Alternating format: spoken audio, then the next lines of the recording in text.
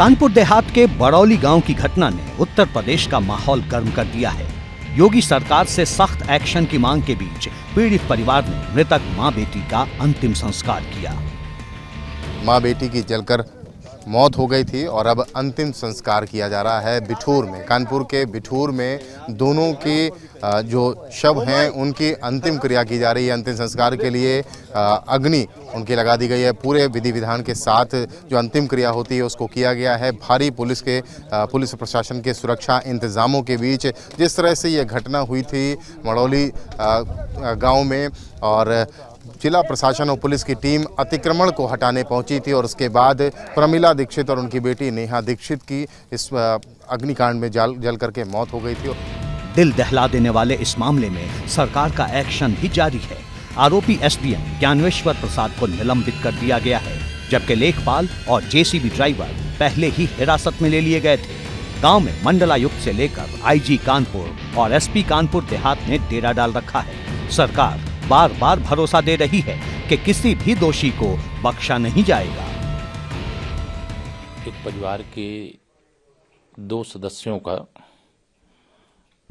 जाना, हम सब लोग उससे दुखी हैं और सरकार के नाते भी, व्यक्ति के नाते भी मैं कह सकता हूं कि जो चला गया है अब उसको हम वापस तो नहीं ला सकते हैं, लेकिन उसके जो दोषी हैं, जांच भी चल रही है, मुकदमा भी दर्ज कर लिया गया है, गिरफ्तारियां भी शुरू हो गई हैं, किसी दोषी को बख्शेंगे नहीं। देखिए, एफआईआर इसमें जो पीड़ित परिवार था, जो उन्होंने जो तहरीर दी थी, उस पर एफआईआर दर्ज हो चुका है और उसमें जो भी उसमें अभियुक्त है तो एक गिरफ्तारी हो चुका है इस पे, और बाकी के लिए जो है कार्रवाई चल रही है इस पे, जिनको भी इनको संदेह है इनको जिसे, और उसके साथ साथ जो डिपार्टमेंटल इंक्वायरी है वो भी साथ साथ में जो डिपार्टमेंट इंक्वायरी भी चलती रहेगी और पुलिस अपने इन्वेस्टिगेशन के हिसाब से नियमानुसार आगे कार्रवाई कीजिए। इस जघन्य मामले में लेखपाल से लेकर डीएम तक आरोपों के घेरे में है।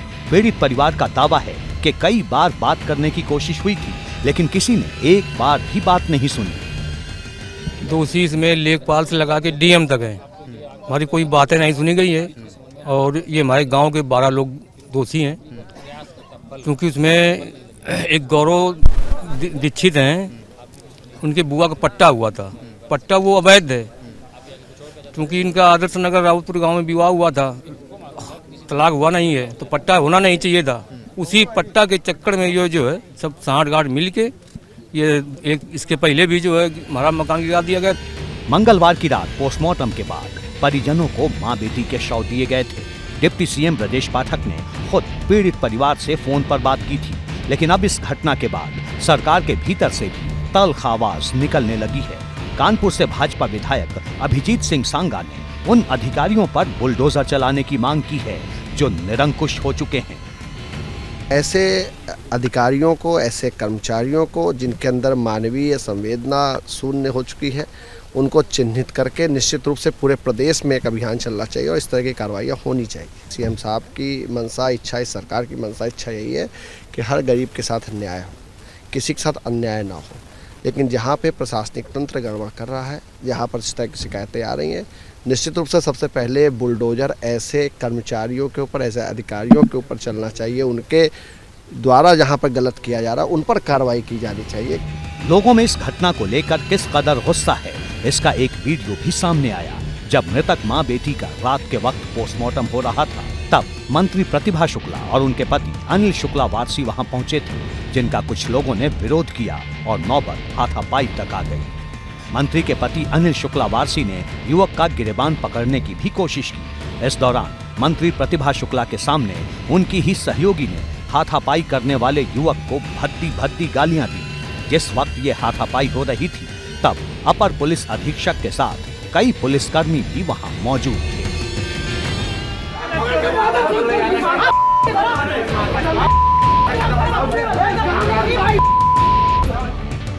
मामला जितना गंभीर दिखाई दे रहा है, हकीकत में उससे भी ज्यादा पेचीदा है।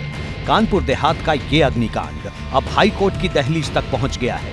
इलाहाबाद हाई कोर्ट में लेटर पिटीशन दाखिल की गई है, जिसमें चीफ जस्टिस से सीबीआई जांच की मांग की गई है। साथ ही इस मामले की मॉनिटरिंग की भी मांग है। याचिकाकर्ता ने कहा है कि इस मामले से जितने भी अधिकारी जुड़े हैं, उन्हें फौरन निलंबित किया जाए।